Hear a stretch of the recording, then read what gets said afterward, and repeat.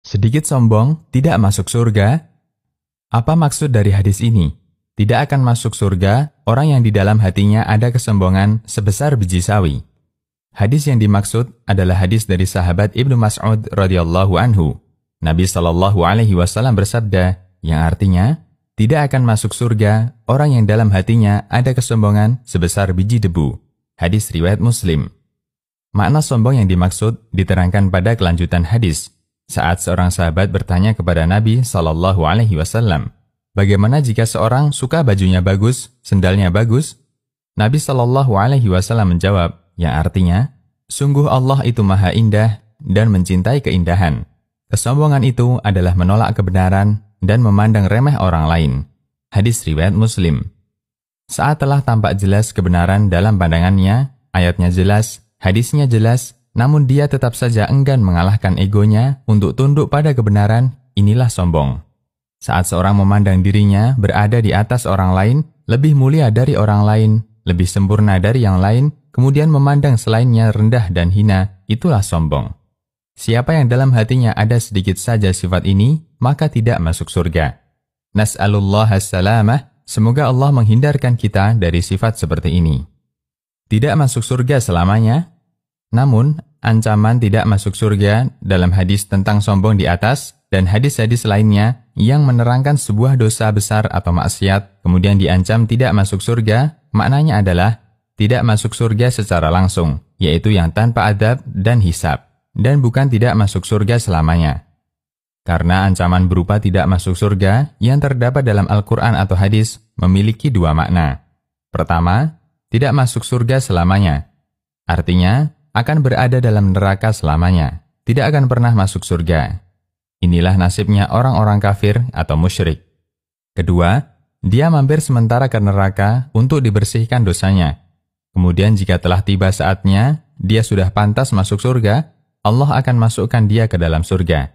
Atau dia berpeluang lain yang lebih beruntung, bisa jadi dengan kemurahan dan kasih sayang Allah, dia diampuni dosanya sehingga tidak perlu mampir ke neraka, langsung masuk surga.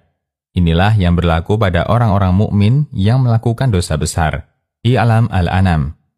Dengan membagi seperti ini, terbantahkanlah akidah orang-orang Khawarij yang memaknai ancaman pada hadis di atas dan yang semisalnya sebagai ancaman kekal di neraka. Sehingga mereka mengkafirkan orang-orang mukmin yang melakukan dosa besar. Padahal Allah Subhanahu wa Ta'ala berfirman, yang artinya, sesungguhnya Allah tidak akan mengampuni dosa syirik, dan dia mengampuni dosa di bawah syirik, yaitu dosa besar, bagi siapa yang dia kehendaki. Quran Surat An-Nisa, ayat 48. Bagi siapa yang dia kehendaki, menunjukkan bahwa dosa yang levelnya di bawah syirik, yaitu dosa besar, kemudian dibawa mati, belum sempat ditaubati, nasib pelakunya di akhirat di bawah kehendak Allah. Artinya, jika Allah berkehendak mengadabnya dulu, maka dia akan mampir di neraka. Namun jika berkehendak lain, karena rahmat dan kasih sayangnya, dia diampuni dosanya dan langsung masuk surga. Inilah di antara yang mendasari akidah Ahlus Sunnah terkait pelaku dosa besar. Yang mendapat ancaman kekal di neraka hanyalah pelaku dosa syirik atau kafir. Merekalah yang dosanya tidak diampuni oleh Allah, sehingga berada kekal selamanya di neraka. Na'udzubillahi min dzalik. Kesimpulan ini, sebagaimana dijelaskan oleh Imam An-Nawawi rahimahullah, saat menjelaskan hadis di atas. Penjelasan yang tepat untuk makna hadis di atas adalah yang dipilih oleh Qadhi Iyad dan yang lainnya dari kalangan ulama muhakkik, bahwa maksud tidak masuk surga adalah tidak masuk surga yang tanpa melalui proses adab. Jika dia dikehendaki, akan diadab dulu. Atau bisa dikatakan, ini balasannya jika memang dia dikehendaki Allah akan dibalas. Karena terkadang orang seperti ini mendapatkan kemurahan Allah sehingga dosanya tidak diganjar. Bahkan orang-orang yang bertauhid pasti masuk surga. Bisa jadi masuk surga pertama, yaitu yang tanpa adab dan hisab, atau kloter berikutnya setelah sebagian pelaku dosa besar yang meninggal membawa dosa besar yang belum dia taubati mendapat adab. Syarah Sahih Muslim. Demikian, wallahu a'lam bissawab. Konsultasi Syariah.